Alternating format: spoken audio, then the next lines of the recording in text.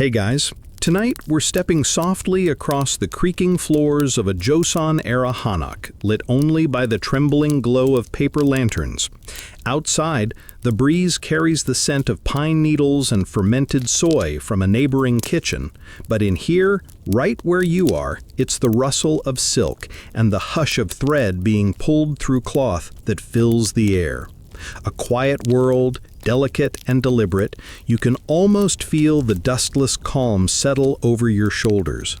But don't be fooled. This isn't just a story about flowers on cloth. Embroidery in Joseon, Korea was anything but dainty. It was labor, it was status, it was survival. And yes, it could get a little cutthroat. You probably won't survive a week in a stitching circle without stabbing yourself or offending someone's grandmother. So, before you get comfortable, take a moment to like the video and subscribe, but only if you genuinely enjoy what I do here. And hey, tell me where you're listening from and what time it is right now. I always love seeing which time zones are stitching themselves into this little bedtime family. Now, dim the lights, maybe turn on a fan for that soft background hum, and let's ease into tonight's journey together. You're standing in a courtyard, framed by hanok buildings, their curved tile roofs glowing blue under moonlight. Somewhere behind those sliding doors, someone is sewing. You can hear it, the scrape of thread against fabric, the occasional exhale of frustration, the pop of a candle flickering in protest. You pad across the flagstones, socks soft against stone, and slide open a door. Inside, the air is warm and smells faintly of ink and ginger tea. A woman in her 50s, gray hair coiled high, sits with her back impossibly straight. Her needle hand moves like it's casting a spell. You blink and realize she's stitching a golden peony that seems to breathe when the light hits it. She doesn't look up. You sit quietly. It's the early 1800s. Deep in the Joseon dynasty, a time when society is organized as strictly as a calligraphy grid. Your clothes, your words, your posture, everything is coded. And for women especially, embroidery is not just pastime, it's identity, expectation, and sometimes rebellion hiding in plain sight. From the palace in Hanyang to a tiny fishing village near Jeolla, embroidery winds through every layer of Korean life like an invisible thread. It decorates pillow covers, wedding robes, court officials' sleeves, and the chest straps of infants. But it also holds secrets of grief, desire, defiance. Tonight, that thread starts here, in this room. The woman stitches silently, but the rhythm of her hand speaks. She's working on a bojogi, a wrapping cloth used to carry everything from gifts to rice bowls to Buddhist texts. This one is special. You can tell by the colors: indigo, burnt orange, and a peacock green so deep it nearly shifts to black in the shadows. It's not just beautiful, it's coded.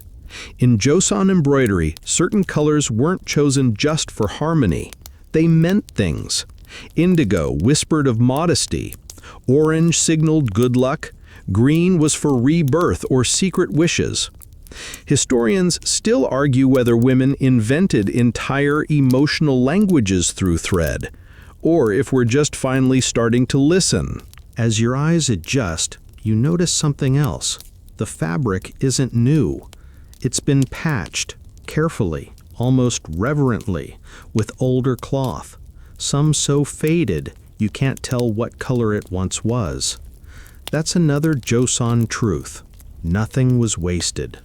Even embroidery was layered, reused, repaired.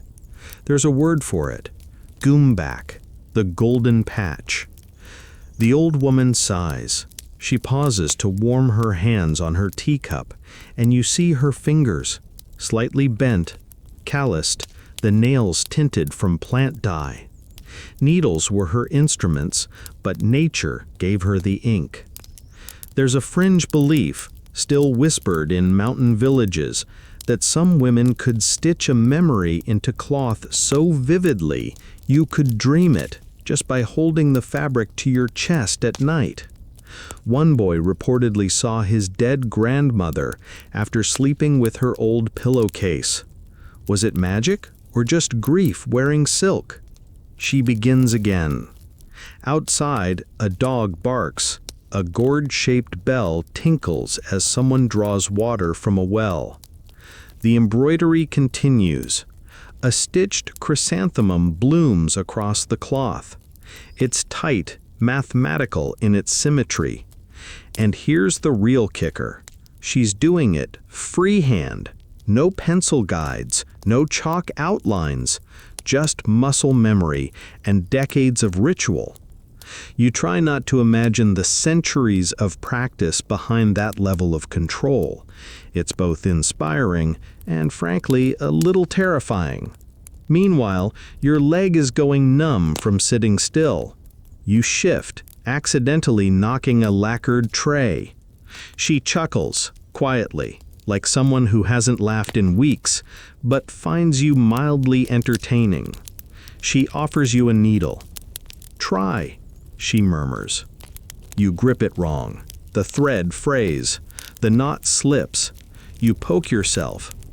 Somewhere in the dusty corners of your memory, you recall reading that in the royal court, girls were judged not just by how well they stitched, but how gracefully they bled. Pricking your finger and calmly finishing the seam anyway, 10 points. Fainting and crying, marriage prospects, downgraded. The old woman doesn't scold you. She gently reties your thread. Her hands move with the ease of someone who's taught 100 girls and buried half of them under layers of embroidered grief. You try again. This time, you manage a single stitch. It's crooked, uneven, ugly. She smiles anyway. She says, "You'll need patience. And better tea." The candle gutters. The room seems to blur at the edges. The embroidery, like a spell, tightens its hold. The hanok sighs around you, wood expanding, cloth whispering. Outside, the world waits, but in here, you're caught in the silk threads of a story still being told. You rub your sore finger as the candle's flame dips low. The embroidered peony continues blooming under the old woman's hand, while your single sad stitch lies beside it like a crooked smile. Still, she nods approvingly, as if the clumsy beginning matters more than perfection. You glance around the room, and it hits you how many kinds of thread are tucked into corners, folded into silk cloths, coiled in tiny porcelain jars. Every shade you can imagine: sunset peach, beetle green, the kind of red you only see on lacquerware and freshly sliced persimmon. You ask yourself, where did all this color come from? The answer lies just outside the hanok's gates. In Joseon, Korea, embroidery wasn't a solitary act. It was a communal craft, shared by women of every class and corner of the peninsula. And while the techniques varied, the hunger to make beauty out of thread was universal. You step back into the courtyard as the first light of morning brushes the tiled roofs. From there, you wander down a dirt path toward the edge of a farming village, where something unexpected is happening. Women of every social class, yes, even young Ban noblewomen and the lowest Bakjeong outcasts, are stitching side by side. They're separated by status, but united by skill. See, unlike calligraphy or swordsmanship, embroidery had this wild little loophole. Everyone needed it. Royals wanted it for display, scholars gifted it for weddings, and commoners used it to mend, bless, or barter. Even monks and shamans had their own stitch vocabularies. So while Confucian society loved its hierarchy, embroidery did what silkworms always do. It slipped through the cracks. You stop in front of a woman with strong shoulders and soot on her hands. She's a butcher's wife, officially barred from certain public roles. But look at that pillowcase she's working on. Flawless satin stitch, edges so tight they could keep out spirits or moths, whichever comes first.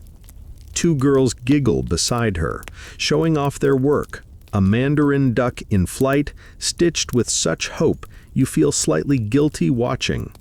Mandarin ducks, you remember, mate for life. And Joseon symbolism, that made them mandatory on bridal linens. No pressure, right? A noblewoman walks past in soft pink robes, pausing to nod at the butcher's wife's work. That single nod breaks about 12 unwritten social codes. But embroidery has its own laws. Here, talent trumps title, at least until someone's mother-in-law gets involved. You follow the noblewoman toward the local schoolyard, where a teacher is unfurling a scroll covered with stitched motifs.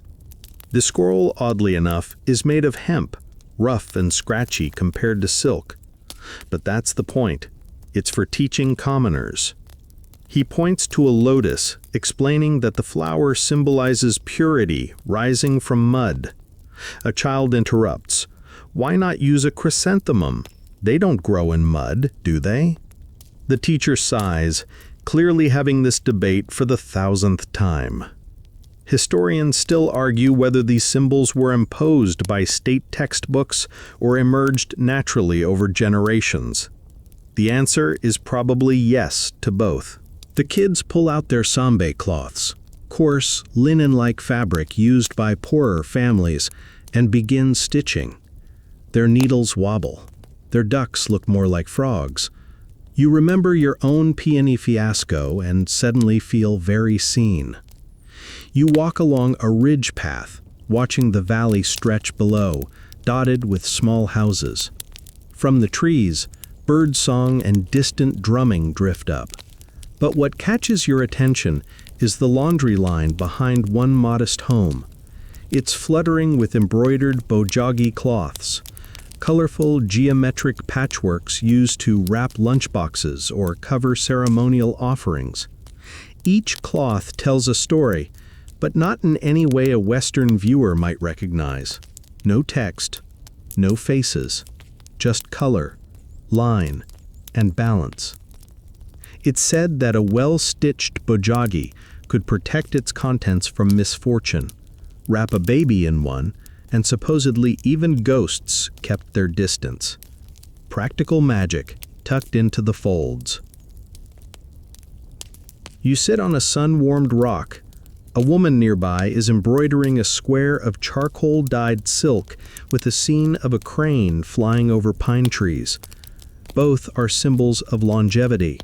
She's making it for her father's birthday, his 60th, a big deal in Confucian terms. 60 meant you'd lived a full zodiac cycle and earned the right to eat cake without apology. Her fingers move quickly, despite the wind. She's using split stitch for the pine needles and long and short stitch for the crane's wings. Her threads shimmer like sunlight on water. You ask how she learned. She shrugs.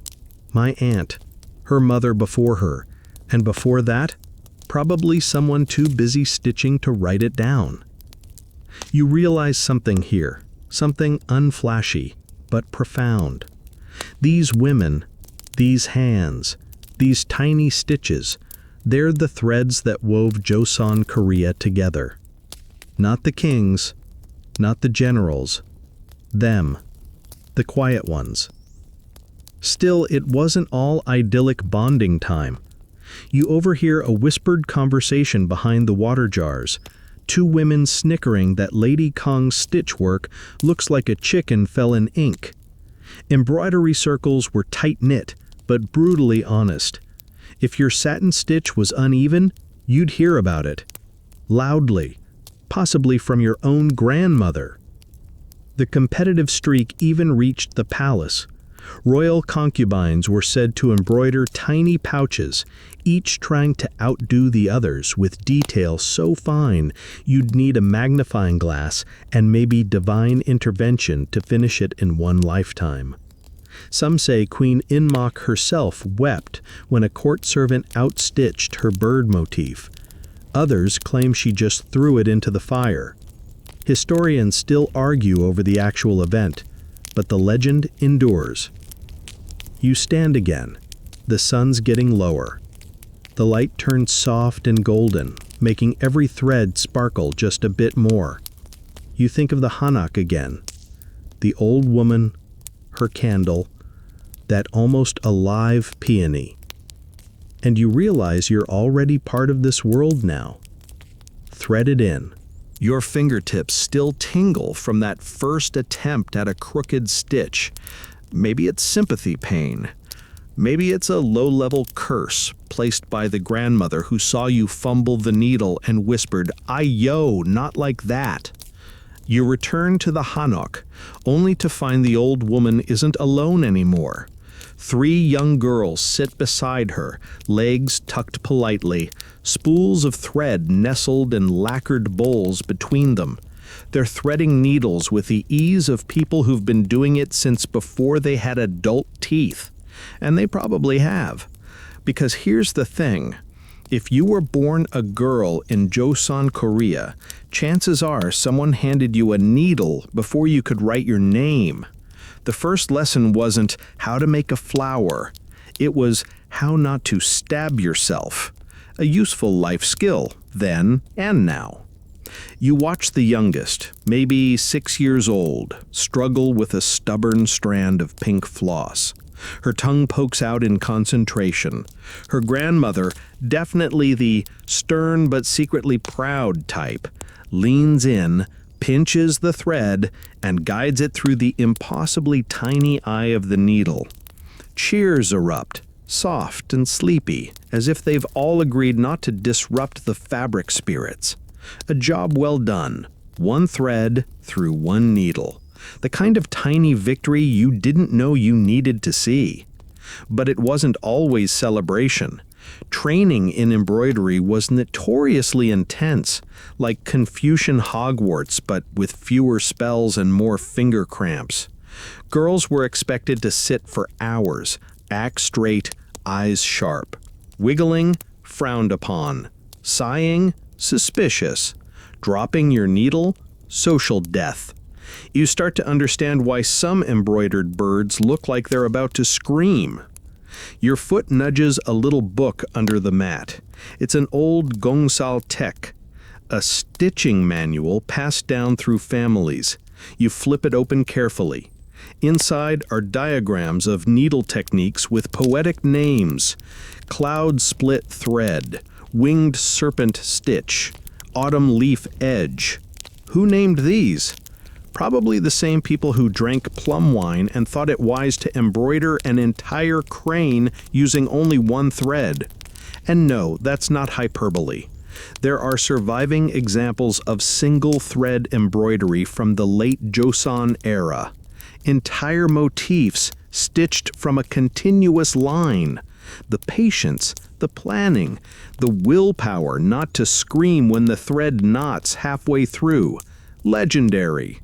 You try to imagine yourself doing that. Your brain laughs. Across the room, one of the girls starts on a norige, a decorative silk tassel often hung from hanbok sashes. Her tiny hands work with a seriousness that would make most CEOs nervous. Each bead and knot has meaning: wealth, fertility, long life, protection against flatulence. Yes, even that made it into the stitch code. Practical people, these Joseon women. Historians still debate whether embroidery was a gifted art or a forced one. Some see it as an oppressive domestic task, confining women to repetitive, unseen labor. Others argue it was one of the few socially acceptable ways for women to express inner life, emotions, hopes, and critiques woven into cloth that no censor could burn. You sit with that tension, because in truth, Both things can be true. There were girls who stitched joyfully, who looked at patterns like puzzles waiting to be solved.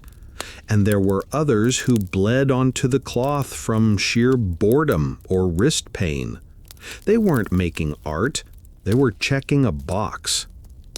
Outside the hanok, a boy runs by with a kite. His sister follows, holding a half-embroidered scarf. She's yelling, "Oma said finish the clouds first." He yells back, "The sky can wait." You smile. That kid gets it. Inside, the lesson continues. The girls switch to practicing stitches on yakmok, a kind of thin practice cloth. Their lines are uneven, their tension too tight, the colors slightly clashing. But there's progress. You can see it. The old woman doesn't interrupt often, but when she does, her corrections are gentle. A tug here, a tilt there. She praises effort more than elegance. She knows that hands must grow into skill. She pulls out a chason, a lacquered box with compartments, and reveals her collection of needles, long ones, curved ones, some so fine you swear they're just whispers made sharp. She passes one to each girl like a sword ceremony. You imagine the soundtrack from a martial arts film playing softly in the background. And here's a lesser-known detail. In some mountain regions, mothers placed a blessed needle in their daughter's wedding chest, not for sewing, but for warding off evil. If the marriage turned sour, the story goes, that needle could sew shut a husband's bad temper or stitch away bad luck. Was it superstition or proto-feminist spell work? Historians still argue about that one too. You notice the girls growing quiet. Their eyes droop, their stitches slow. The needle becomes heavier than their heads. One curls up on the mat, thread still wrapped around her pinky. The old woman doesn't stop them. She just keeps stitching. The candlelight glows warmer. The room hums with breath and thread. And then, because you are still awake, still listening, you look again at your own sad little peony stitch. And it doesn't look quite so pitiful anymore. It looks like a beginning. You tuck it into your sleeve like a secret. Someday, you'll try again.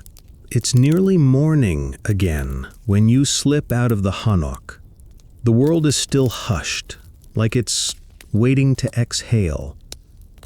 You follow a winding stone path down past rows of gourds and drying chili threads, past a coop of sleepy chickens who look vaguely judgmental, and toward a modest cottage at the edge of the village. The shutters are half open, and inside someone is stitching again. But this time the scene feels heavier. A girl, maybe 16, sits cross-legged, her back tense. Her fingers move, but not with joy or pride, with precision born of pressure. Each stitch is perfect, mechanical, terrifyingly good. Her embroidery hoop shows a spread of chrysanthemums, but these aren't the soft, dreamy flowers you've seen before. These are sharp, controlled, angry somehow, like they could prick you if you looked too closely. Her mother watches from the corner, silent, stern, holding a ledger. You've wandered into the heart of one of Joseon, Korea's quietest secrets, how embroidery became a language of emotional resistance, especially for women who couldn't speak freely. Because while you might think embroidery was just an accessory, something decorative, light, it often carried hidden depths. Symbols that looked like nothing more than art to a passing court official could actually speak volumes. A butterfly might mean escape. A wavy vine could mean entrapment. A phoenix, depending on how its tail curved, might be a veiled wish for rebirth or revenge. The girl finishes a line and exhales. You see the moment she breaks form, one shaky breath, 1 millimeter too much slack in her thread, the mother's eyes narrow. She clicks her tongue. No words, just disapproval, clean and sharp. You're learning now that every stitch in Joseon wasn't about beauty. Sometimes it was survival. See, noble women were often kept under tight restrictions. They weren't allowed to mingle freely, speak bluntly, or write certain things. But embroidery, that was feminine, safe, and so it became a code. Take the hwajado, a classic pattern of birds and flowers. You've seen them all over. Cranes, peonies, plum blossoms. Pretty, right? But in some circles, women used combinations of specific animals and flowers to vent frustrations. A magpie beside a thorned rose might represent an annoying cousin. A pair of ducks swimming away from each other. Divorce, baby. Historians still argue whether these meanings were universally understood or family-specific. But one thing is clear. These weren't accidents. Joseon women were subtle, not oblivious. Even colors could shift meaning based on context. That vibrant red phoenix on the girl's sash, to her grandmother, it symbolized nobility. To her, it's a cry for help, a wish to rise, a warning that she's done being patient. You leave the room quietly. Further down the road, you pass a shaman's hut. Smoke curls from the chimney, scented with mugwort and burnt offerings. Inside, you glimpse a ritual cloth, musok bojagi, covered in symbols stitched so densely they almost blur into a spell. The shaman catches your eye and chuckles. "Careful," she says. "Some threads, no secrets." You want to ask more, but she's already turned back to her ritual. Later, you'll hear tales about a high-born woman who smuggled her story out of a palace through a piece of embroidery, a wedding gift to her sister. The stitched cranes had broken wings. The plum tree bore no fruit. It took years for the family to realize she was being held against her will. By then, she'd vanished. Some say embroidery saved her. Others say it was just her final cry. You stop at a well where two girls are washing cloth. One unfolds a piece of white cotton covered in delicate vine motifs. "It's just decoration," she shrugs, but the way her eyes flick toward her friend suggests otherwise.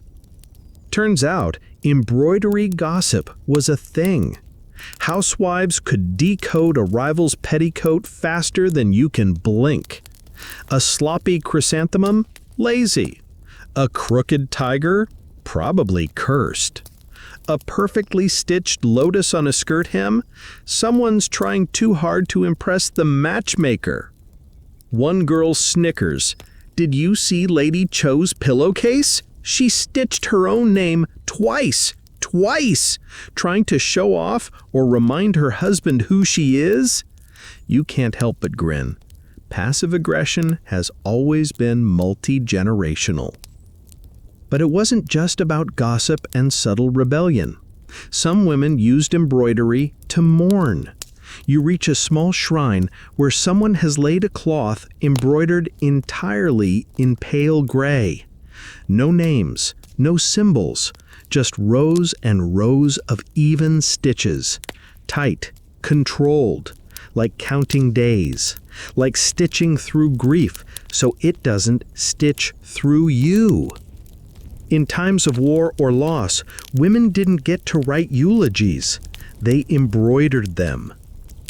There's a story, half legend, half archived whisper, about a woman who embroidered a tiger across her son's funeral shroud.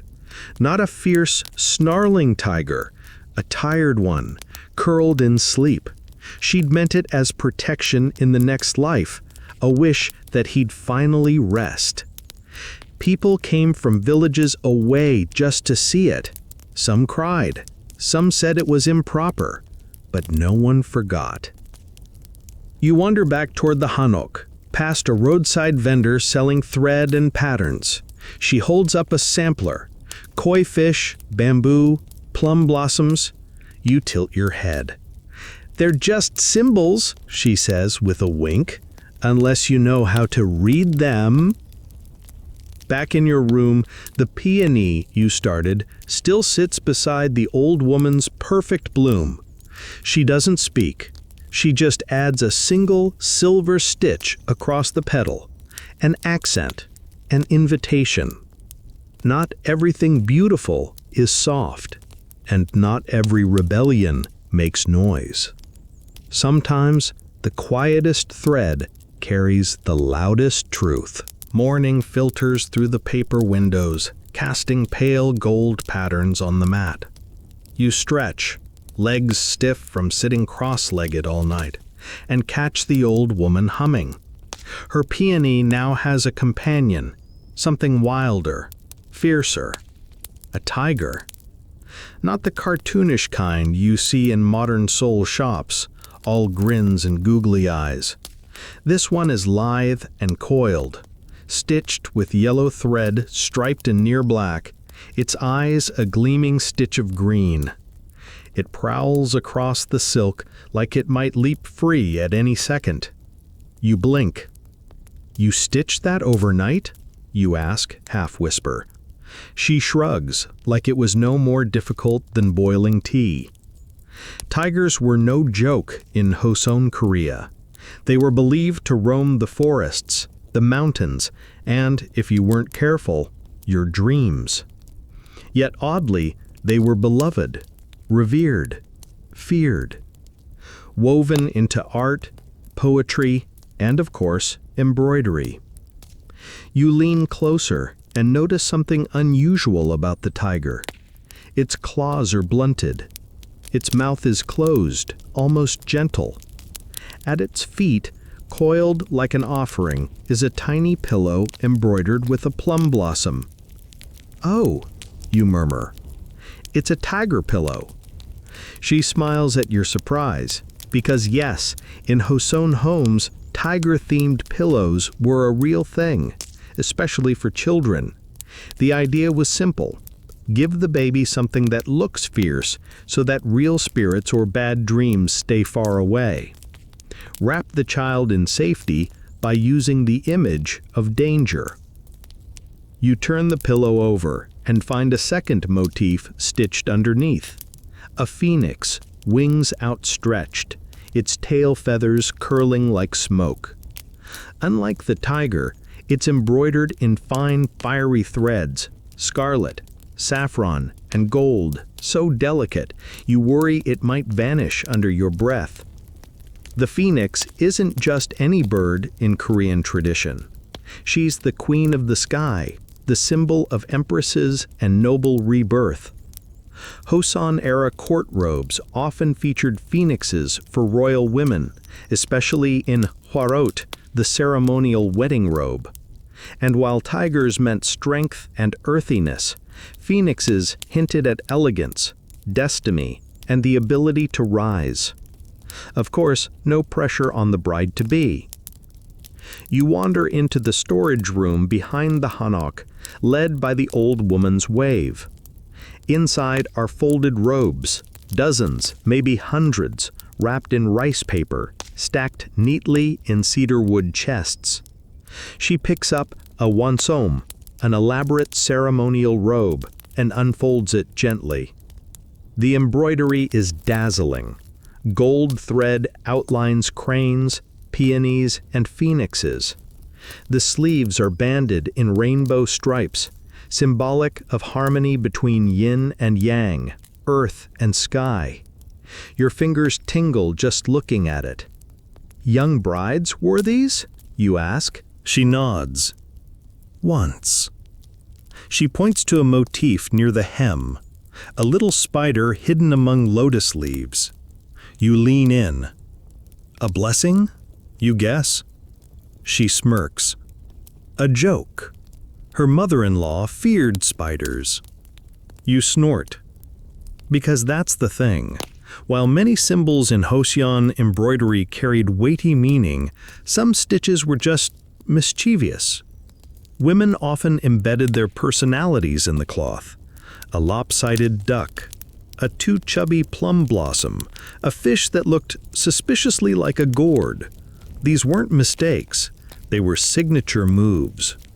Historians still argue whether women were deliberately satirizing their lives through these details. Some say yes, others claim the flaws were unintentional.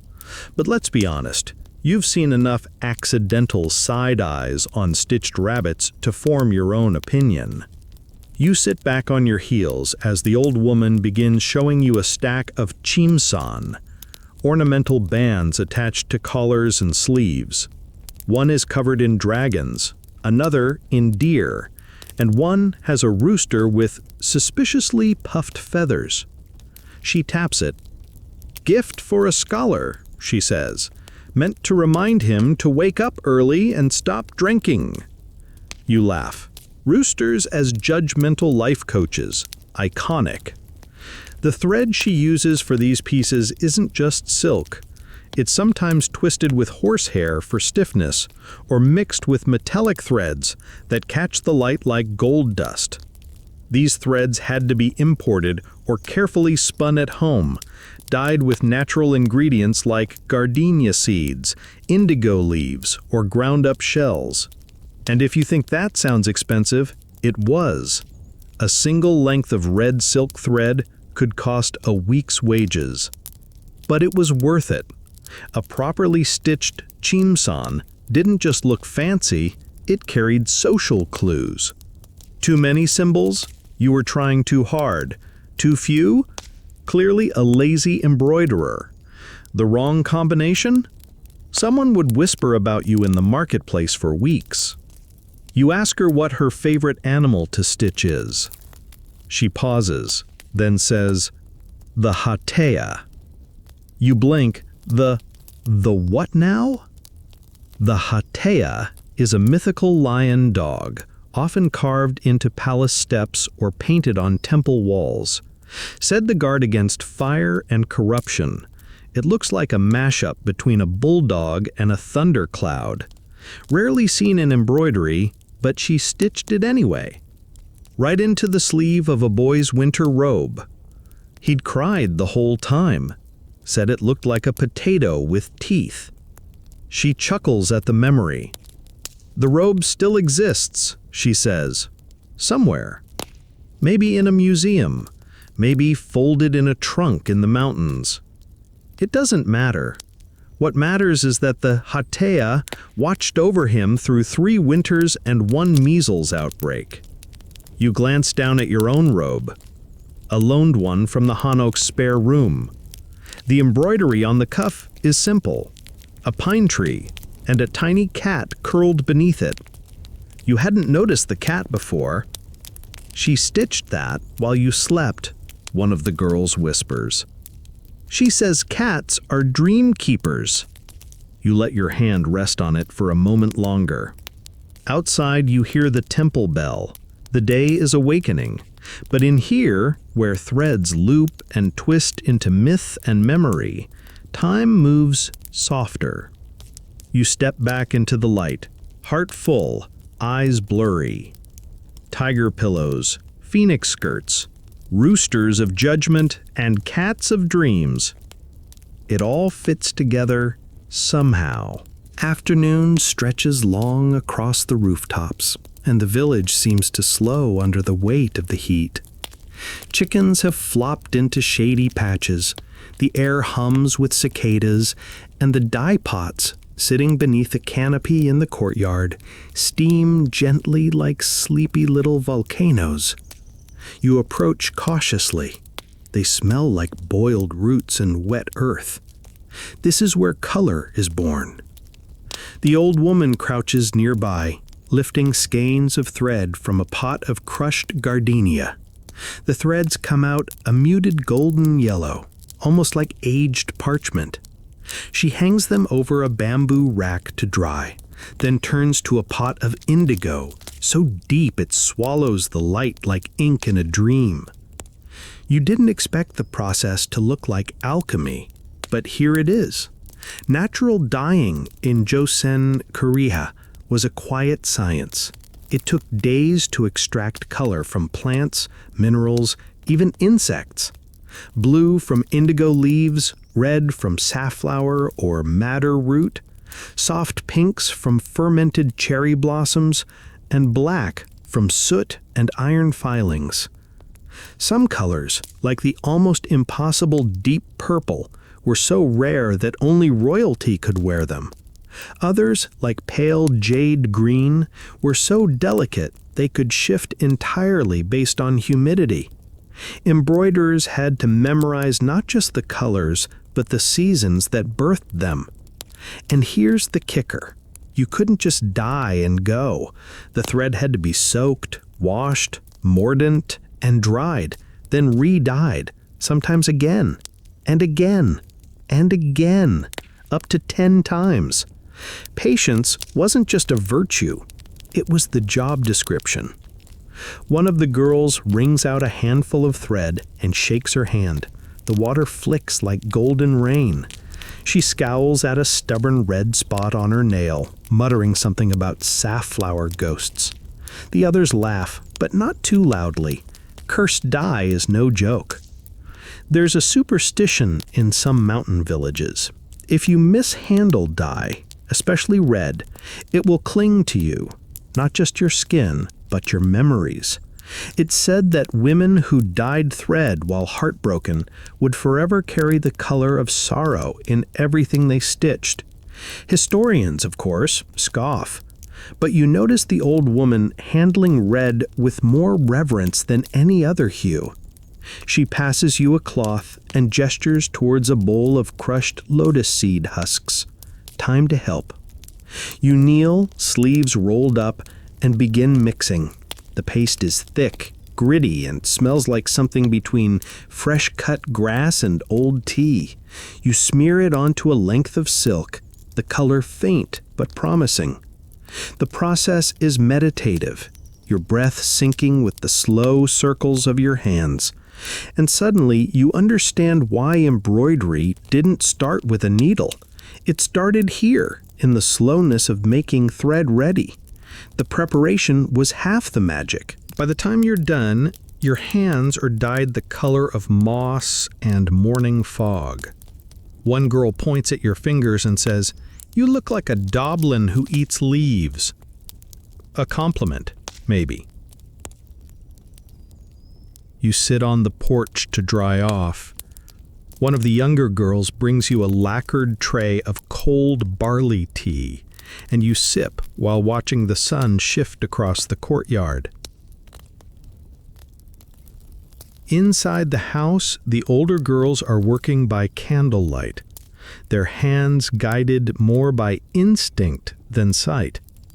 The flickering flame throws long shadows on the walls. The needles flash with each movement, catching and releasing light like tiny stars being born and dying in sequence. They're working on a wedding quilt, Bigyul Bujagi, meant to wrap gifts for the 100-day ceremony after a child's birth. It's a big deal, and the embroidery reflects that. Tiny cranes, each only the size of a thumbnail, soar across the panels in flight patterns so complex it looks choreographed. Chrysanthemums cluster at the corners like lace fireworks. Along the edges, bands of color ripple outward, carefully stitched in the traditional geometric fan pattern. You don't dare speak. It's like watching a cathedral being built, one feather at a time. The candlelight doesn't help. It's dim, unstable. Your eyes ache just from watching. And yet, for centuries, this was how women stitched, by firelight or tallow candles. If they were lucky, oil lamps. Some say women ruined their vision by age 30. Others say their vision simply shifted, learned to see what others couldn't. You wonder, again, how many eyes were sacrificed for silk dragons on sleeves. The old woman hands you a scrap of cloth. Try by candle, she says. A challenge. You squint, jab the needle forward, and immediately miss. The thread slips, the cloth buckles, and your hand cramps. She doesn't laugh. She just lights another candle. Here's something you didn't know. Joseon women sometimes pricked their fingers intentionally, then smeared a drop of blood onto the thread before beginning a sacred project. Not for drama, though let's admit it's very theatrical, but for sincerity. They believed the soul lived in the blood, so giving it to the cloth made it stronger, more alive. You blink at the candle's tiny flame, the room now full of golden beasts and crimson birds stitched mid-flight. Somewhere between the dye pots and the whisper of silk, you've lost track of time. A fly buzzes near the flame and is batted away with an elegant wave of a fan. The old woman hands you an embroidered fan, its surface covered in lotus blossoms. You fan yourself slowly, noting the detail, the way each stitch lifts ever so slightly off the frame paper, giving it breath. In the palace, such fans were status symbols. A gift to a concubine meant favor. A fan given back, dismissal. In one famous scandal, a prince sent a fan embroidered with 2 butterflies to his tutor's wife. Historians still argue whether it was flirtation or a veiled insult. You're not sure which you'd prefer. The tea is gone, your fingers are sore, but your heart feels full. Like the candlelight stitched something quiet into you when you weren't looking. The sun has set again, the courtyard glows, and inside, the embroidery continues, candlelit, delicate, and impossibly steady. By now, your fingers bear faint lines where thread once ran. Not quite calluses, but promises of them. You're seated once more at the low table in the hanok, watching as the old woman retrieves something wrapped in 5 layers of cloth, each more elaborate than the last. She opens it like a priest revealing relics. Inside, a bundle of embroidery hoops, bone-handled scissors, spools of silk that gleam like river stones, and a small black case containing needles, dozens of them. Some fine enough to pass through hair, others curved like crescents, all arranged with surgical precision. You are in the presence of a gungan, a royal court embroiderer. Yes, the quiet woman who's been teaching you peonies and scolding you with side eyes used to serve in the palace, her stitches adorning the backs of kings, the hems of queens, and the ceremonial sashes of ministers so puffed up they probably had their own gravity fields. She lays a piece of cloth on the table. The silk is almost too bright to stare at directly, dyed a blue so pure it practically hums. Then she begins. Her hands blur. You blink, and there's already the outline of a dragon's spine, scales emerging with each twist of a wrist. You blink again, and its eye appears, glinting with a single metallic thread. How did she... It's not even magic, it's muscle memory. Muscle poetry. Gungin weren't just talented, they were terrifying. Trained from childhood, they underwent years of evaluation, including tests where they had to stitch precise designs in complete silence with no pattern while under supervision. Fail once, you're back to stitching pillowcases of her cousins. Pass, welcome to the palace, where every mistake could get you demoted, or worse, gossiped about. The old woman grins as if she can hear your thoughts. She adds a silver thread to the dragon's claw. You try not to gasp, but you can't help it. The dragon is moving. Not literally, of course, but the layering of stitches, the subtly shifted colors, it creates motion, depth, illusion. It looks ready to leap off the cloth and ask for tribute. She teaches you the trick. Shading.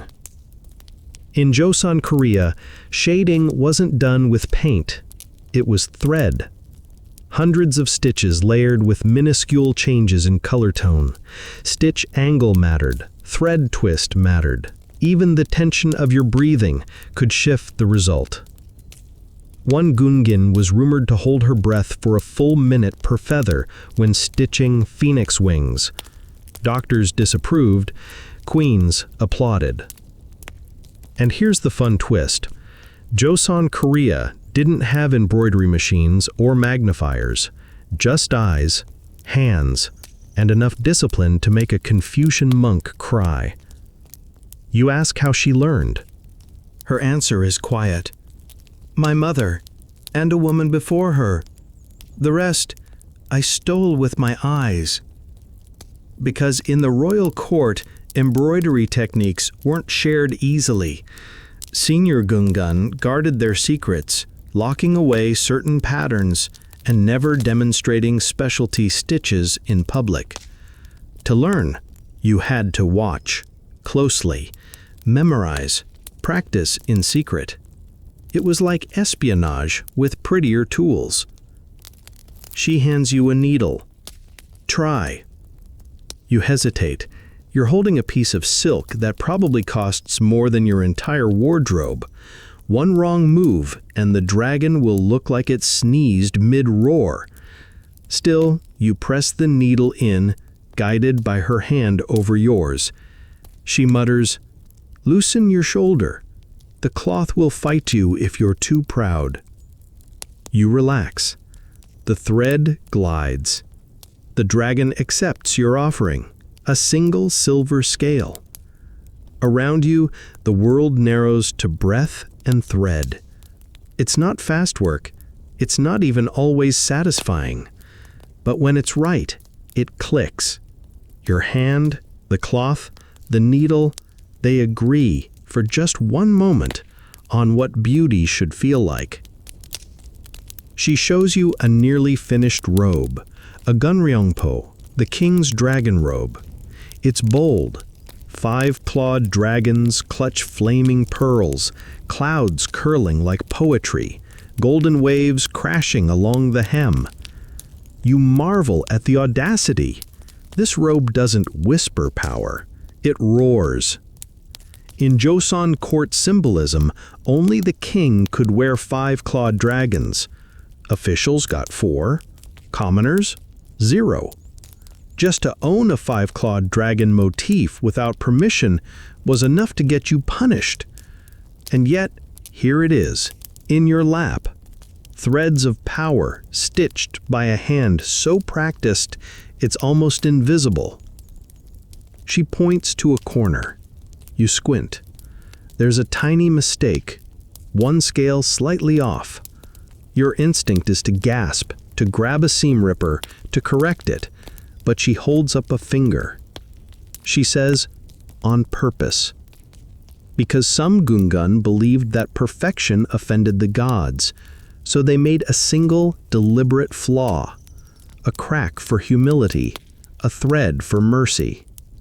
You lean back, blinking slowly.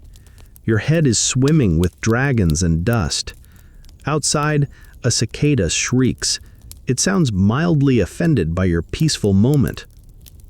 You wander to the veranda, where two girls are trying to mimic the master's dragon. Their version is spirited. The dragon looks like it's sneezing, tripping, and belching all at once. You love it deeply. Name him Greg the confused sky lizard, one of them says. You can't stop laughing. The old woman hears. She doesn't scold them. She just raises one eyebrow, the kind that says, even Greg must learn to fly one day. The sun sinks lower. The dragon gleams gold in the candlelight. And the tiny mistake, barely visible, feels more perfect than perfection. Because embroidery, like people, is better when it remembers to breathe. The next morning smells like ink, old wood, and damp silk. You find yourself kneeling in front of a locked chest. The old woman pauses before it, hand on the brass latch, as if the story inside might bite. Then, slowly, she opens it. Inside lies a robe wrapped in deep red silk. The fabric has faded in places, but not from use. This robe hasn't seen daylight in decades. She unwraps it carefully, reverently. And when she finally lifts the top layer, you see something breathtaking. A bridal robe. But not just any bridal robe. This one is unlike any other you've seen. Its embroidery isn't delicate, it's electric. Phoenixes stitched in violent gold twist through clouds of navy and wine red. Beneath them, dragons coil subtly into the background, stitched in a thread just dark enough to be seen only when the light hits it just right. Fire and royalty, hidden and bold. The old woman presses the cloth to her chest. She stitched it while in exile, a noblewoman, banished after her husband's family fell from favor. You lean in. She never married again, but she stitched this for someone else, a girl she raised like her own. A breath catches in your throat. Because suddenly, this robe isn't just clothing, it's a letter, a legacy, a declaration of defiance buried in silk. She unfolds more of it, revealing tiny cranes soaring between mountains, each stitch a miniature act of survival. The robe hums with energy, not just from the mythic creatures, but from the thread itself. It's restless. Joseon society was built on rigid expectations, especially for noble women. They were vessels of virtue, symbols of chastity, and frequently locked away. If a husband died, you were expected to mourn in stillness. Remarrying was frowned upon. Speaking out was dangerous. But stitching, that you could do. And some women stitched truths no Confucian scholar dared to write. There's a whispered tale, not in official histories, but in the mouths of grandmothers, about a noblewoman who stitched a chrysanthemum with 13 petals instead of 12. An intentional breach of pattern. 13 was taboo, bad luck, a number no sane embroiderer would use. When the robe was gifted to her cousin's bride, it was seen as a silent protest. You are marrying into a house of secrets. The marriage failed within the year. Coincidence? Historians argue. Women nod. The bridal robe you're holding now feels like it belongs to that lineage. The gold phoenix isn't a trophy, it's a warming.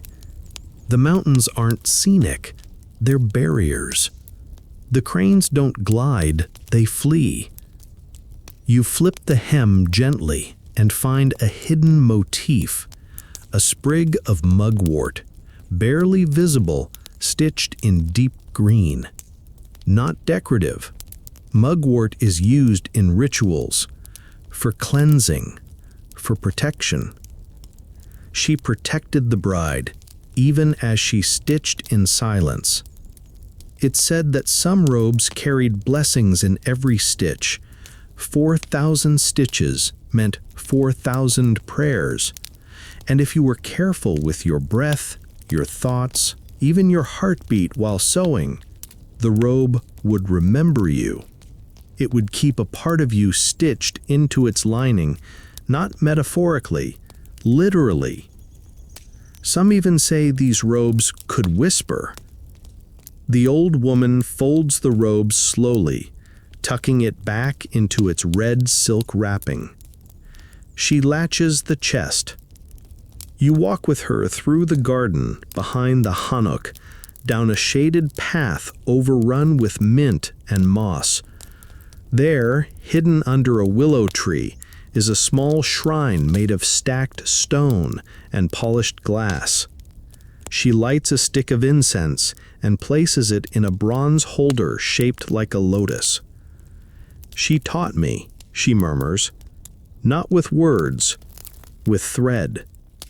You think back to your own clumsy stitches, the peony, the one scale you dared add to a dragon. A pale imitation of the force behind this robe, but still part of the same story. As you return to the hanok, you notice something strange. All the girls are working on the same motif. Each of them is embroidering a woman. The figure is always the same. Long hair tied back, standing at the edge of a river, facing away from the viewer. Some have cranes flying over her. Others place a fan in her hand. One girl adds a tiger crouched at her feet. "She's nameless," one says. "She's all of us," another adds.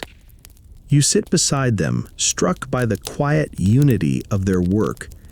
They're stitching not for fashion, not for commissions, not even for tradition, but to remember. You're handed a hoop. Your thread is already dyed, a deep plum, like dried blood under moonlight. Your stitches are slow, uneven, but they join the chorus. One thread in 1,000. This, too, is resistance. You wake before dawn, wrapped in the scent of rice paper and pine. The air is still, the kind of quiet that doesn't come often, thick like it's waiting for permission to move. You stretch and find a cloth bundle resting beside your futon, tied with plum-red thread, heavier than expected. You untie it slowly. Inside is a robe, a Gonryong Po, dragon robe. Not a real one, not court-certified, but a replica, meticulously crafted.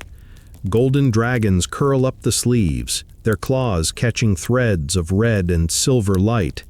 Clouds dance across the hem. It's clearly meant to honor the original, but it's smaller, simpler, and echo. This, the old woman says from the doorway, took 10 years. She sits beside you, carefully lowering herself to the floor. Her knees crack. She ignores them. You hold the robe with both hands, cradling it like it might vanish. 10 years for one garment. She nods, almost sheepishly. 1 hour for each feather, 2 for claws. Silk imported. Gold thread unraveled from prayer scrolls. I waited for the right dye season, twice. You stare. Because now that she's said it, you feel the time in the fabric. Every scale gleams like it was argued over. Every dragon tooth looks like it demanded a week of its own. In the Joseon court, the king's Gyeonryong-po was more than ceremonial dress. It was a stitched commandment. A dragon with 5 claws, surrounded by auspicious clouds and heavenly orbs, proclaimed his divine mandate to rule. The robe was so sacred that embroiderers had to follow exact design rules, placement of motifs, stitch count, thread count. Deviate even slightly, and it was sacrilege. And yes, some embroiderers did go blind making them. There's one story, half fact, half warning, of a Gungjin named Sehwa, who stitched 3 Gyeonryong-po robes in her lifetime. She never married, never spoke more than a few words. On her deathbed, her hands continued the stitching motion in the air, as if the dragons hadn't quite released her. Your eyes followed the threads of this replica, and you notice something curious. Each dragon is facing inward, not outward, as tradition demanded. You glance at her. She smiles. This one isn't for a king. You raise an eyebrow. It's for the ancestor hall. The dragons are returning home. And just like that, the design makes sense. This robe wasn't stitched for ceremony. It was stitched for memory. Each dragon is not declaring dominance, it's bowing, offering respect. Each cloud is a road, each wave is a bridge. You run your fingers across the fabric and find one dragon with a slightly misshapen horn. "That was the year my mother died," she says. And suddenly, the stitch is not a flaw, it's a tombstone, a marker, a moment frozen in thread. She explains how in the palace, Gyeonryong-po robes were often worn only once per year during grand ceremonies. The rest of the time, they were preserved in embroidered silk cases, tucked into guarded rooms like sleeping gods. Some kings reportedly had dozens, each slightly different depending on the star's alignment, the year's harvest, or the season of their reign. Historians still debate whether the shifting details were aesthetic or astrological. The Gungin, of course, never spoke. They weren't allowed to. And if you're wondering who inspected the robes once finished, it was a board of eunuchs, needle in one hand, checklist in the other. Each stitch weighed, each thread counted. No pressure. You turn the robe around and spot something wild. Stitched beneath the collar, in thread so faint it almost blends in, are 5 syllables. "I dreamed this dragon." You look at her. You dreamed it? She nods. "Woke with the image in my mind. It wouldn't leave, so I stitched until I found it." And just like that, the robe becomes something else entirely. Not just an homage, not just a ritual, but a dream rendered in silk. There's a belief among the more spiritually inclined embroiderers that some images choose you, that dragons especially appear in dreams only to those meant to carry them. It's said if you dream of a dragon circling water, you're called to guide others. If it's flying upward, your life will soon shift. If it's sleeping, you are its guardian. You touch the collar again. You want to ask what her dragon did in her dream, but she doesn't answer. She rises and folds the robe. As she tucks it away, she pulls another item from the chest, a bojagi, square and brilliantly colored. She unwraps it to reveal the robe's pattern, sketch, a parchment covered in ink lines, scribbled stitch instructions, dye recipes in the margins, and something unexpected, music notes. You raise an eyebrow. "I stitched with rhythm," she says. "1 note per stitch keeps the hand steady." A fringe theory among modern scholars claims gungin stitched to music, flute, drum, or whispered song. Some say it kept morale high. Others argue the repetition helped preserve pattern accuracy. You decide it was both, and also kinda beautiful. You sit back as she folds the parchments. The candle flickers, the air smells like camphor and old stories. The robe sits now in its chest again, quiet, like a sleeping dragon between dreams. And you realize this wasn't just a decade-long project, it was a lifetime offering. Some embroider with fingers, some with memory, and some, like her, with dreams that refuse to fade until they're stitched into something the world can't ignore. The rain begins slowly, just a hush on the tiled roof, like someone whispering above your head. You pause, needles still in hand, watching water bead along the windowsill.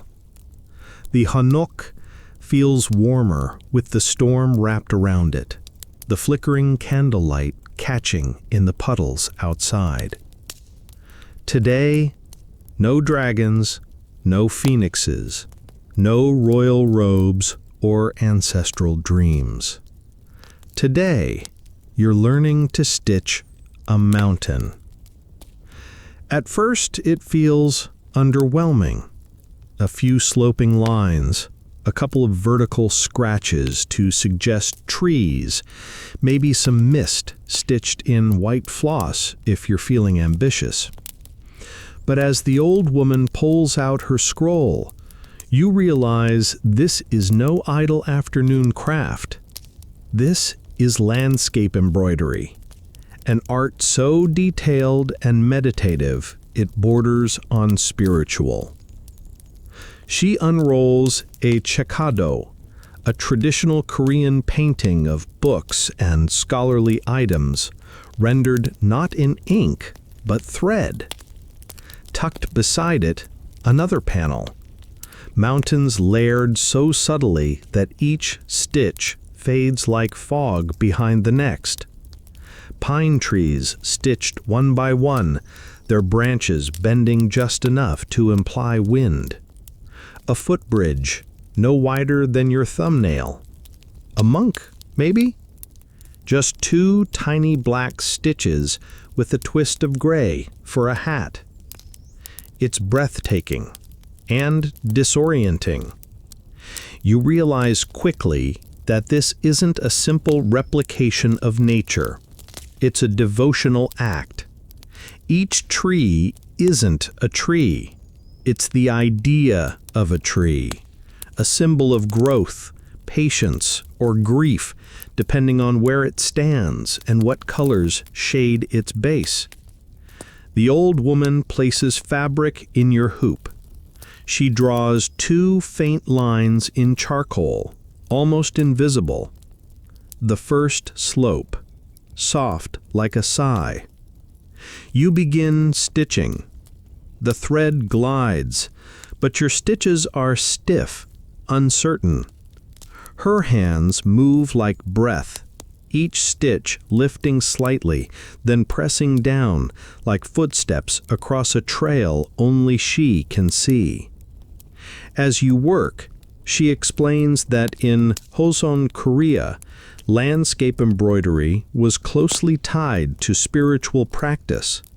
Scholars often commissioned such works as gifts for retiring teachers or respected elders, believing that the act of stitching nature mirrored the Confucian ideal of harmony with the universe.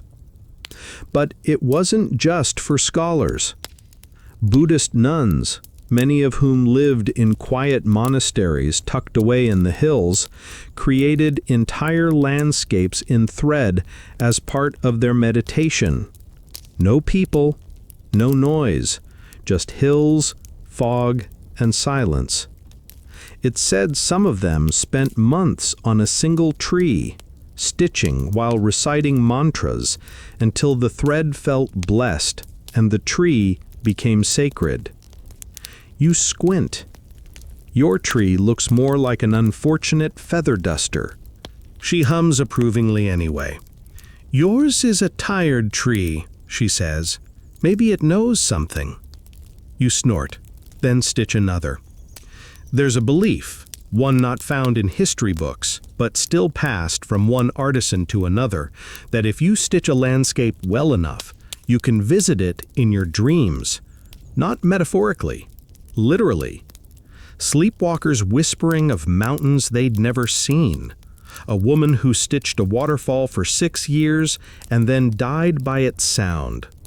Coincidence? Maybe, but enough to make you pause before stitching that cave. You peer closely at her finished work. There's something haunting about it. No human figures, just a trail disappearing into a forest, a roof peeking through bamboo, a river threading the valley like a silver whisper. "Where is this?" you ask. She shrugs. "Nowhere, but I go there when I miss my husband." "Oh." You don't ask more. The rain fills the silence for you. Back at your hoop, you try adding a cloud. It turns out clouds are extremely hard to embroider without making them look like clumps of wet sheep. Yours looks judgmental. It's perfect. She shows you how to use split stitch and seed stitch to blend textures, making the trees grow deeper, denser, older. You dabble in French knots for distant rocks. You attempt a waterfall and accidentally invent a sideways squid. It's fine. Nature is chaos. You take a break, staring out at the mist curling through the garden. The real mountain, beyond the village, is half hidden now, cloud-wrapped and ghost-like. And suddenly, you understand why they stitched these landscapes. It wasn't to show what they saw. It was to remember how it felt. You ask, "Did people hang these on walls?" She shakes her head. "Sometimes, but mostly they folded them." "Folded?" "Yes," she says, "to keep them close, in chests, under pillows, so the mountains wouldn't be lonely." That part stops you, because suddenly you're imagining a woman far from home stitching her childhood village into a handkerchief, a boy at war pressing a thread-sewn mountain to his chest before battle, a widow folding a misty valley into her pillow so her dreams don't forget. Historians still debate whether this form of landscape embroidery was truly religious or merely aesthetic. Some see it as proto-nationalism, an early attempt to preserve the Korean landscape in art. Others argue it was just the natural evolution of aesthetic philosophy, merging Taoist, Confucian, and Buddhist values into thread. But none of them have sat here, in this moment, under this roof, stitching the feel of rain into silk. You add one more tree to your hoop. This one curls slightly, like it's leaning into the wind. She taps it once and says, "That's the one you'll remember." Outside, the rain begins to slow. The storm drips into quiet. You roll up your cloth, fold it twice, and press it gently against your chest. Your mountain is waiting. The air is heavier today, not with rain, but with the smell of incense, warm rice, and the quiet tension that always comes before stories start spilling without permission. You sit near the hearth as the old woman rummages through an old bamboo trunk. It creaks like it hasn't been opened in years. She pulls out bundles of thread wound around bits of bone and wood, some wrapped in faded scraps of ledger paper. Others, more curious, are tied with red string and sealed in oilcloth. "These are the old ones," she says, voice soft but firm. "Not for weddings, not for beauty, for barter, for debt, for ghosts." You pause.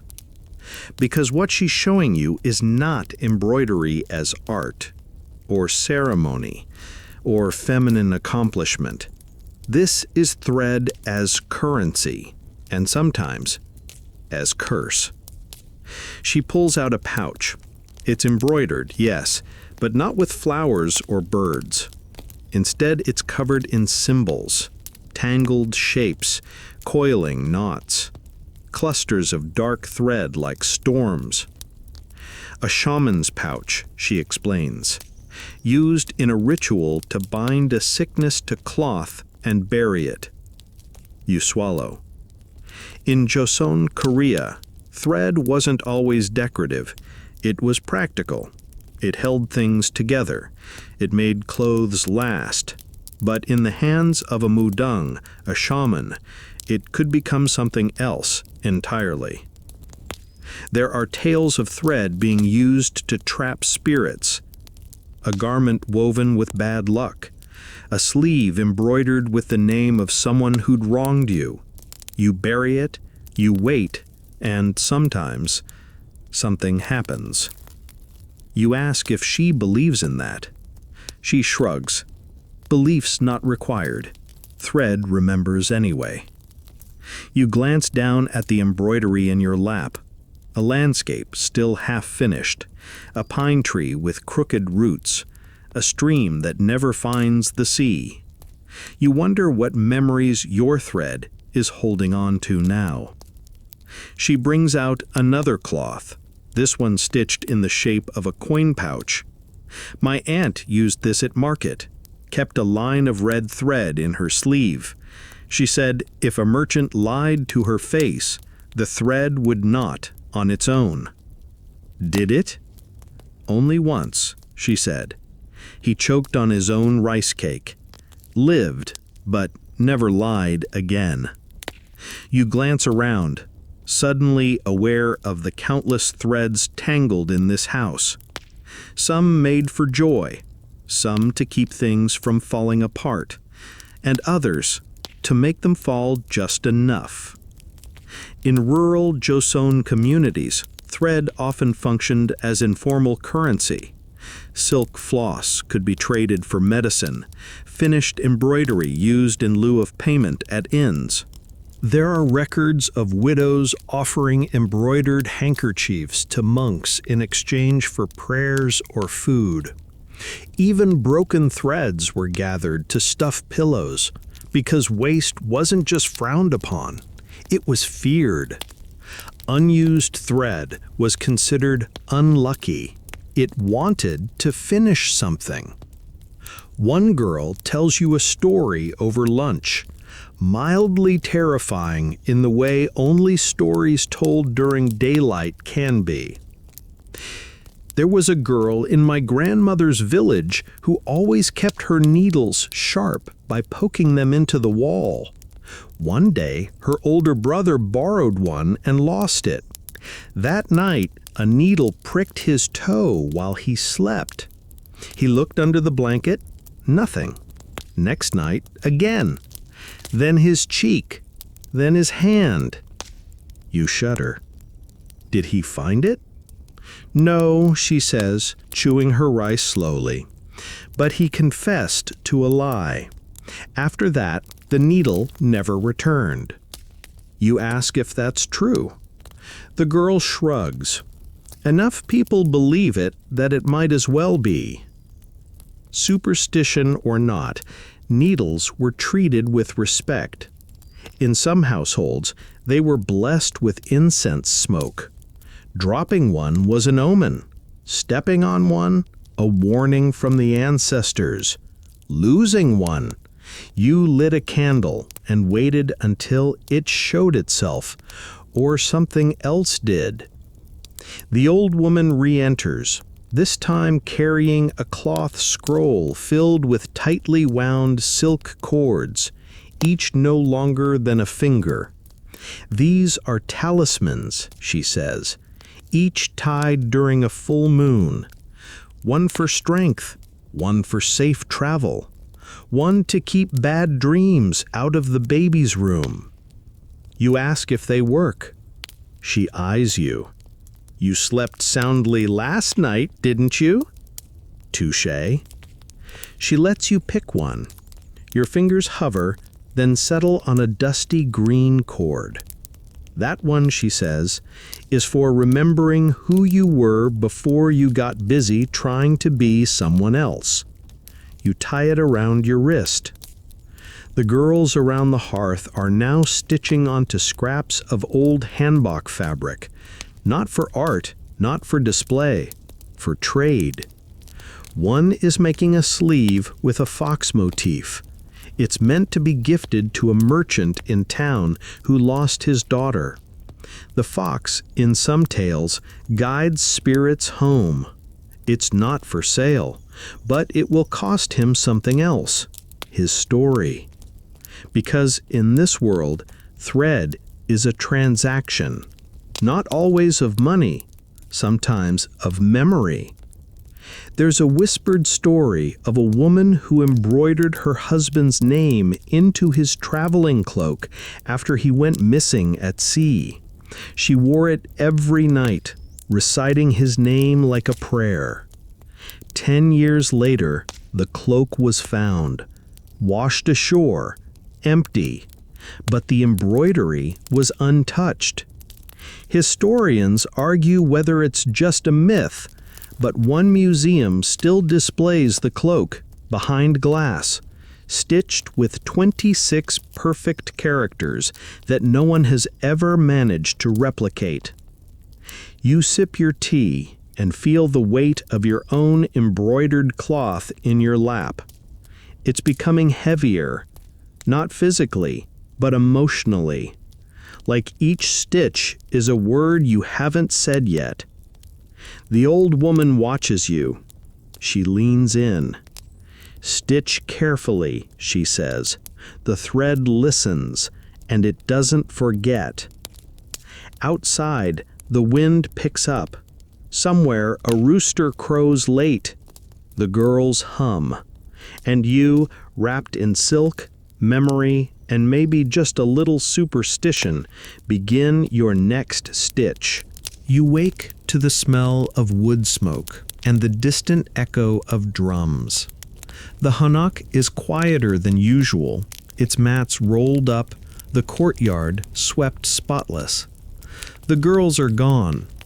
Only the old woman remains, seated near the doorway, her hands resting in her lap, not stitching, just waiting. She looks up. "Come," she says. "We're going to the hills today." You follow without question. The path winds through low trees and terraced fields, past scarecrows wearing faded coats and the occasional mischievous magpie. Your steps crunch on gravel. Far ahead, you can see flags, red cloth fluttering between poles, and figures moving near a grove of ginkgo trees.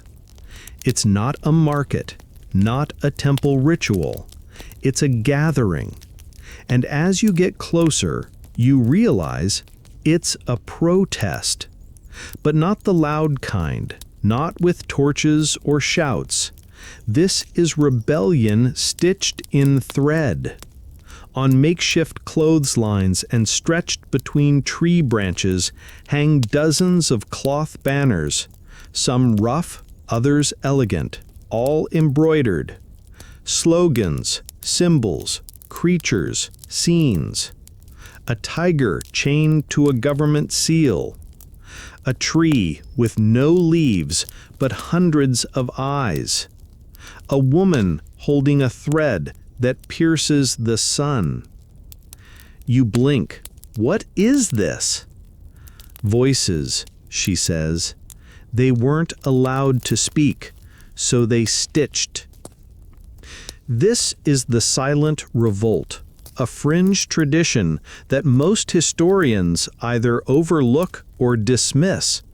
But in scattered records and oral histories, there's mention of these cloths. Embroidered flags, headbands, and armbands worn by peasant women, laborers, even former palace maids. During periods of famine, corruption, or foreign occupation, women couldn't always join open protests, but they could sew.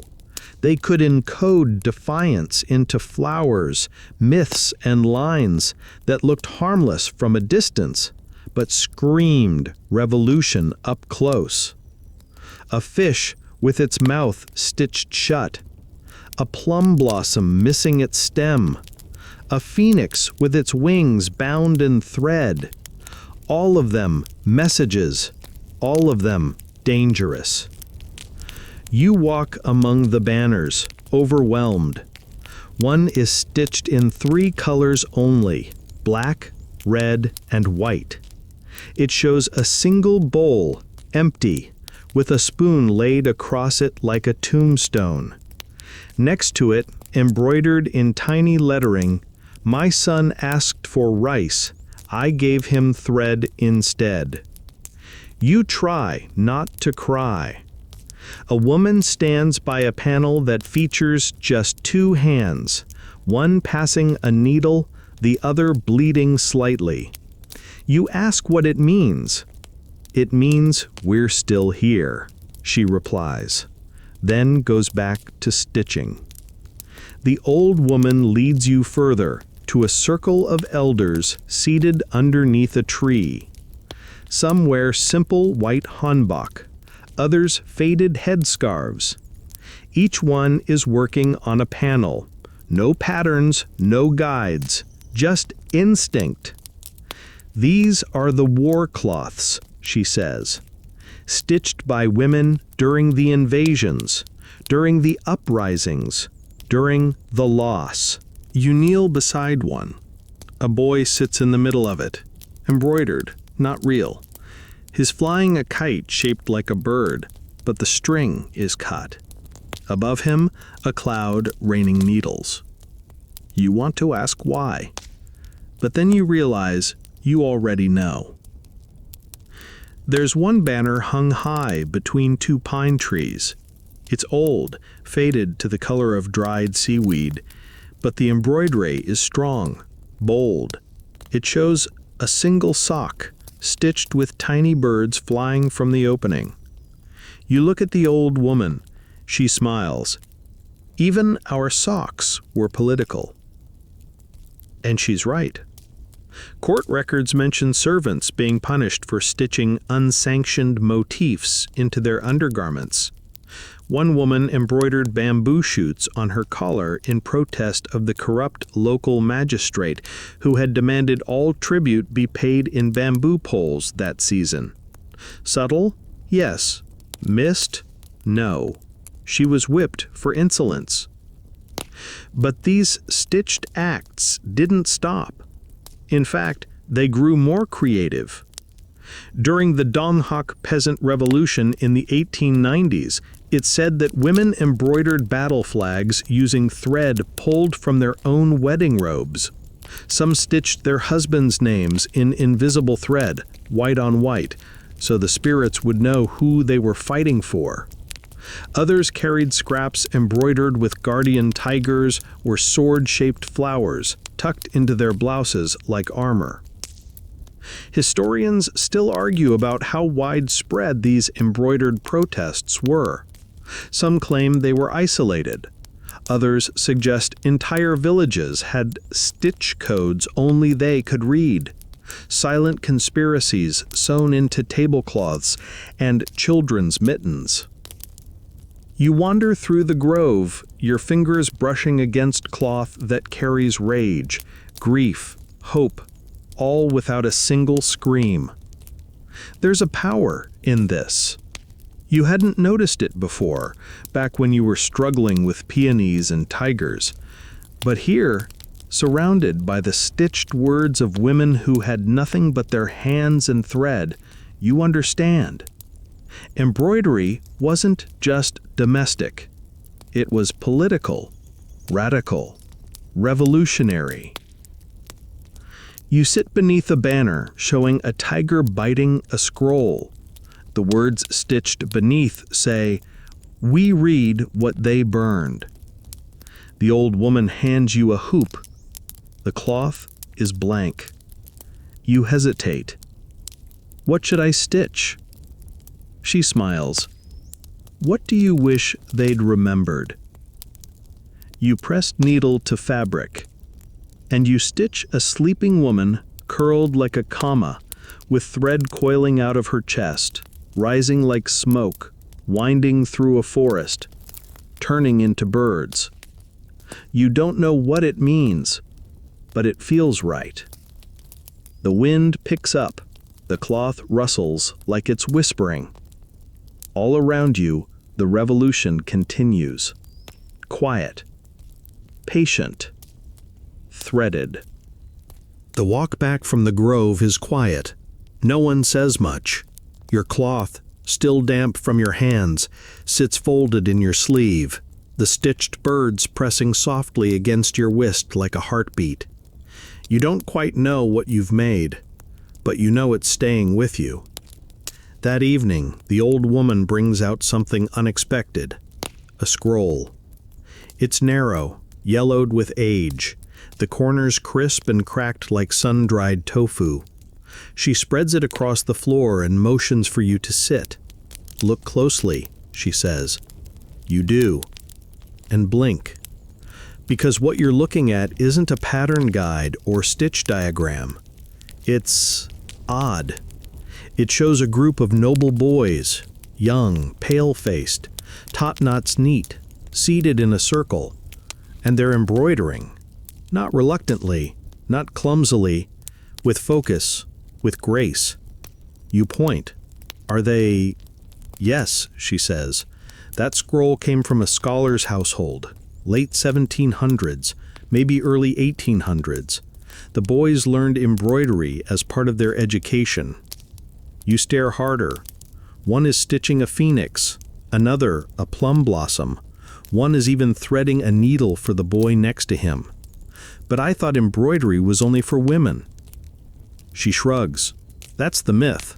The reality was stranger. See, while Confucian values heavily emphasized gender roles, especially in later Joseon years, there were moments, brief and often quietly erased, where embroidery crossed lines. In aristocratic households, boys sometimes learned needlework alongside calligraphy and poetry, not to master it necessarily, but to understand refinement, control, and patience. To stitch a cloud properly, one had to breathe like a poet and see like a monk. It was character training. And in a few fringe schools, it was serious. You rolled the scroll gently, wondering how many of these boys remembered their stitches years later when they grew into officials or generals. You wonder if any of them ever picked up a needle again in secret, late at night after writing royal edicts or sentencing thieves. There's even a curious historical mention of a prince. Some say it was Crown Prince Sado. Others claim it was a lesser-known cousin who kept a private stitching diary. Each motif he embroidered represented an emotion he couldn't speak aloud. One stitched a broken lotus the day his tutor scolded him, another a weeping mountain when his mother refused to see him. Historians still argue whether the diary ever existed. The scrolls, if real, were supposedly burned, but oral accounts linger. A servant's whisper here, a poem referencing the prince's silent flowers there. You find a stitched pouch tucked inside the scroll case. It's simple, blue with silver cranes, but lined with tiny stitches inside, barely visible unless you turn it toward the light. You read them slowly. He cries in the shape of clouds. And suddenly embroidery doesn't feel gendered at all. You ask the old woman if boys still learn embroidery. She chuckles. Now? Only if they want to become artists or confuse their grandmothers. But there was a time. A quiet ripple, barely acknowledged in textbooks, a moment when fingers didn't care whether they belonged to sons or daughters, when the thread passed from one hand to another, unbothered by status or gender, just grateful to keep telling stories. You spend the rest of the evening stitching beside a boy named Hamin. He's visiting from a nearby village, here to learn from the old woman for a few days. His stitches are precise, confident, no flourish, but plenty of clarity. "What do you like to embroider?" you ask. "Rocks," he says. "Rocks?" He shrugs. They don't judge. They don't move. And no one expects them to be beautiful. So when they are, it's enough. You blink. That might be the most poetic thing anyone has said to you all week.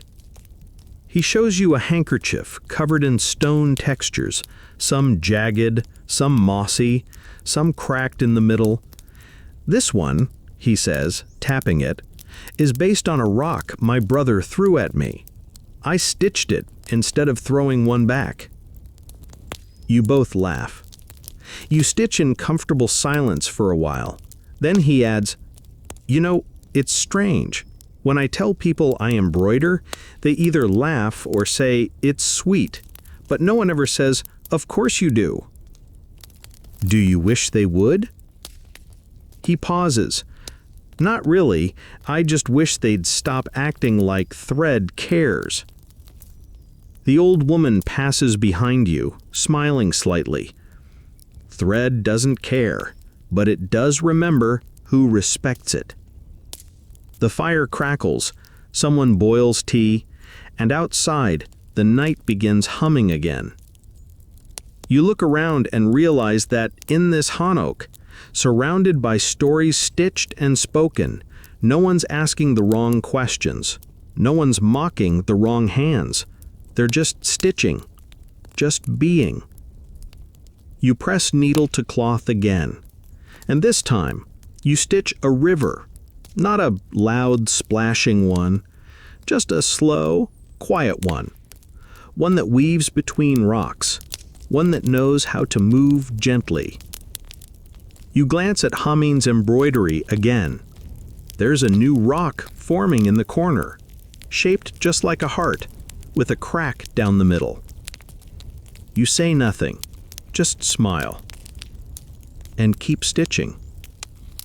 The village is restless today.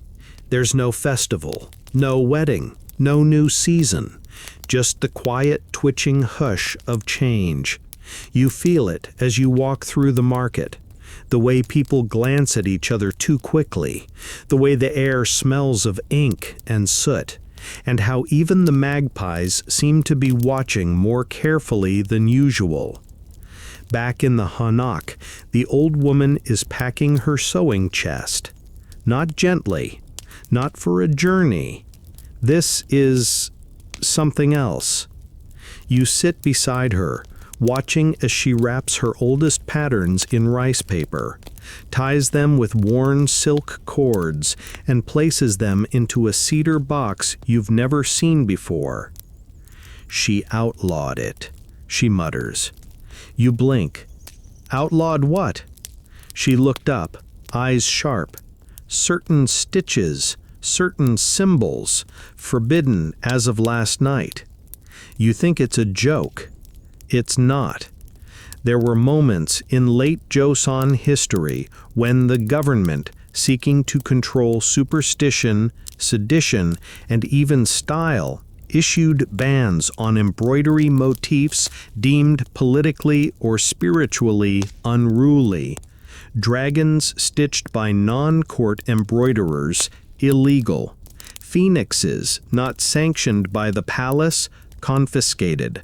Certain color combinations, especially red and black, seen as signs of rebellion, punishable. Even peonies, when arranged to resemble a certain rebel clan's crest, became dangerous.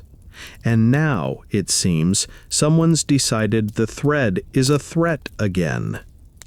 The news came on scrolls posted at government offices, a list of forbidden symbols, styles, and even techniques. Anyone found stitching the banned forms could face fines, flogging, or worse, loss of status. For noble families, that meant exile. For commoners, it could mean disappearance. You sit in stunned silence, because you've seen what they're banning. They're banning her phoenix. They're banning Haman's rocks. They're banning the bird you stitched flying from that woman's chest. You watch as she folds her scrolls tighter. You can't hide them all, you say. I can try. She gestures toward the hearth. Bring me the pouch. You hand her the worn blue-silver pouch from earlier, the one with the stitched line that read, "He cries in the shape of clouds." She cuts the stitches free. They inspect the cloth, not the thread, she explains. But if you hide the message in the floss, you realize what she's doing. She's unpicking the secrets, then twisting them into new threads. Codes, hidden in the very fibers of the silk, meaning no guard or inspector would notice. To them, it would look like simple embroidery, but it wouldn't be. This is covert resistance by way of floss. You watch her fingers fly. There are records, again scattered and debated, of resistance groups using embroidery to pass messages. Thread wound in certain sequences, knots tied to mean dates or places, colors twisted into a rhythm that, when decoded, revealed names. Historians argue whether it was real or exaggerated by later storytellers. But you've seen enough to believe. By evening, a small crowd has gathered. Quiet, nervous, women mostly. A few teenage boys, some carry bundles, some just come to watch. All of them know what's happening. You sit at the center, a needle in hand. Your pattern is innocuous, a mountain, a bird, but the thread? Twisted just so. Folded just right. A message. The old woman stitches beside you. Not symbols now, but silence.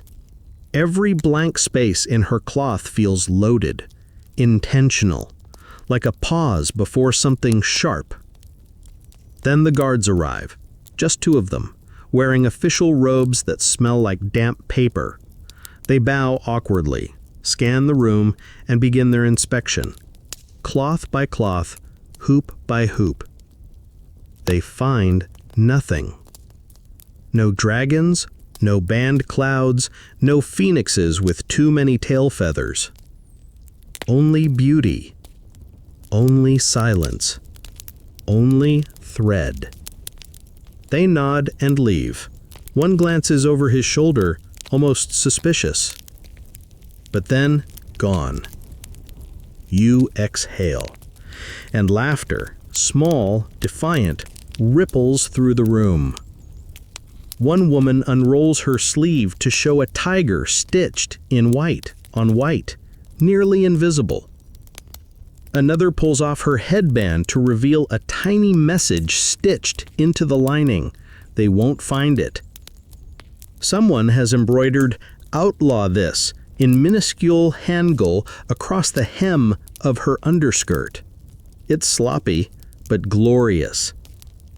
A teenage boy grins and lifts his robe. Inside, stitched beneath his left arm, is a phoenix giving the side eye. You all lose it, because now it's official.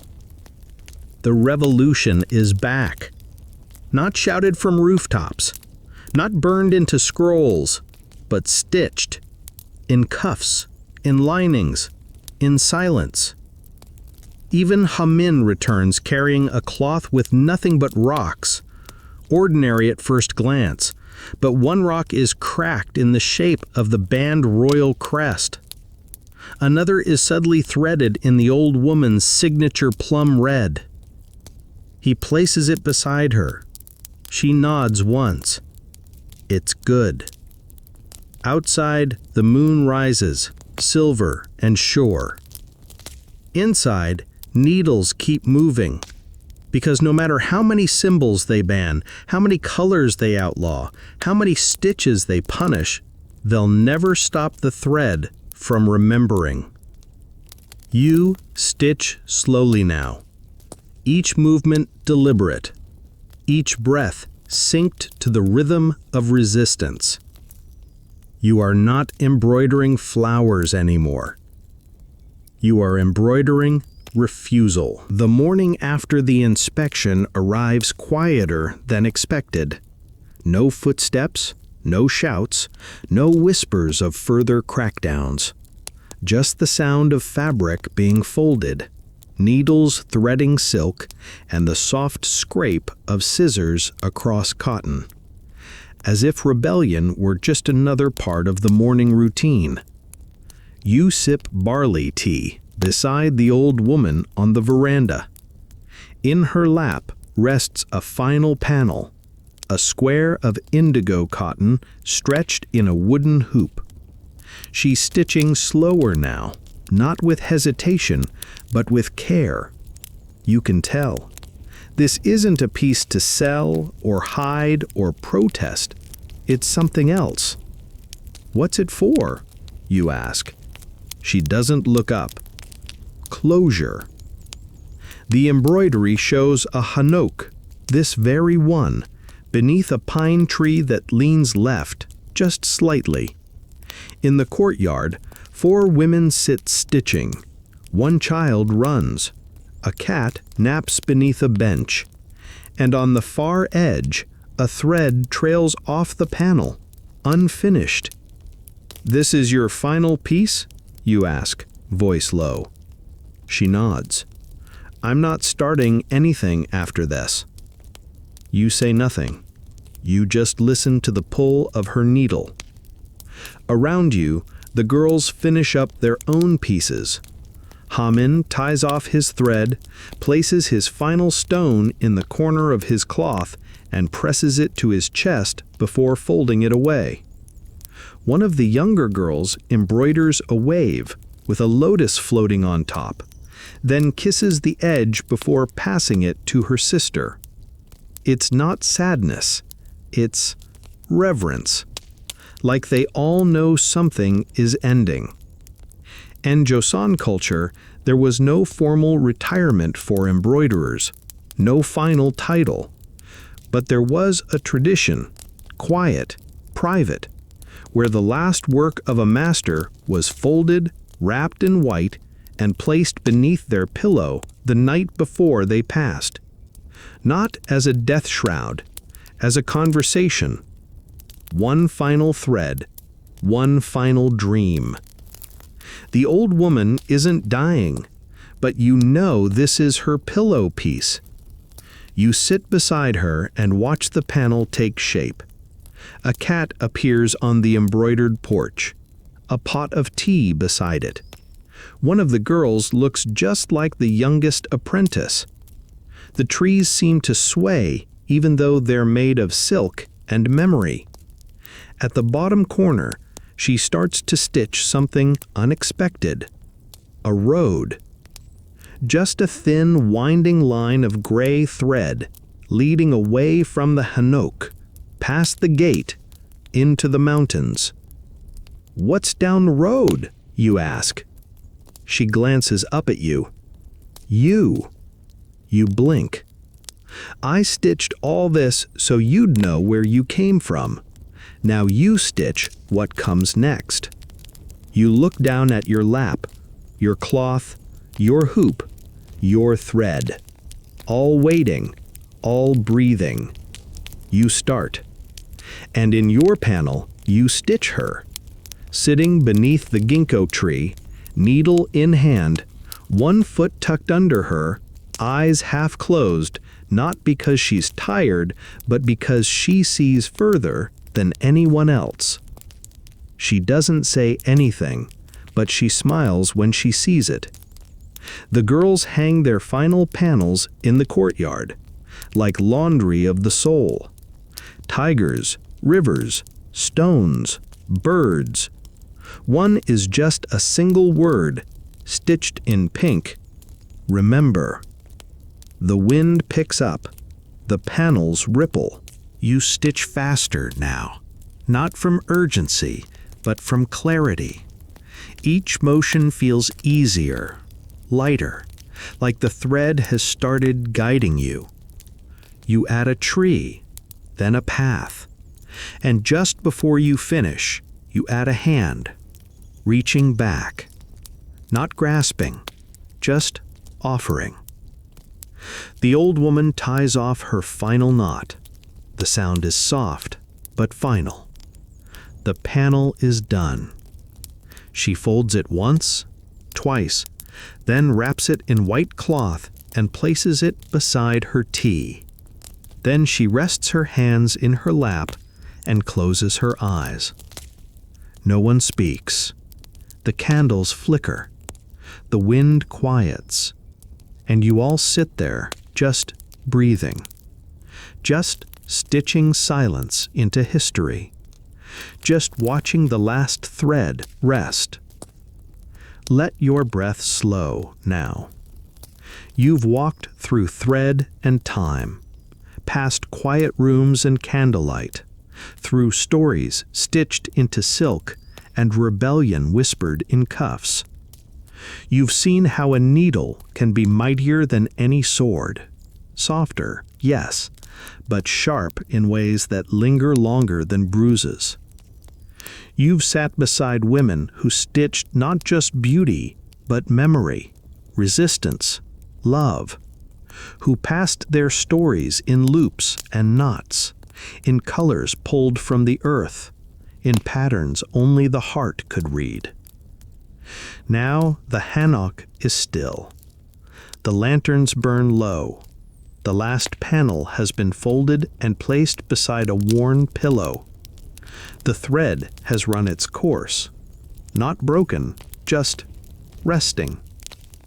And you carry it now, every stitch, every whisper, every breath caught between silk and history. So take this story with you. Wrap it softly around your shoulders, like a silk shawl against the chill of forgetting. Close your eyes. Let the thread of your dreams take over from here. You're safe. You're remembered. You're home.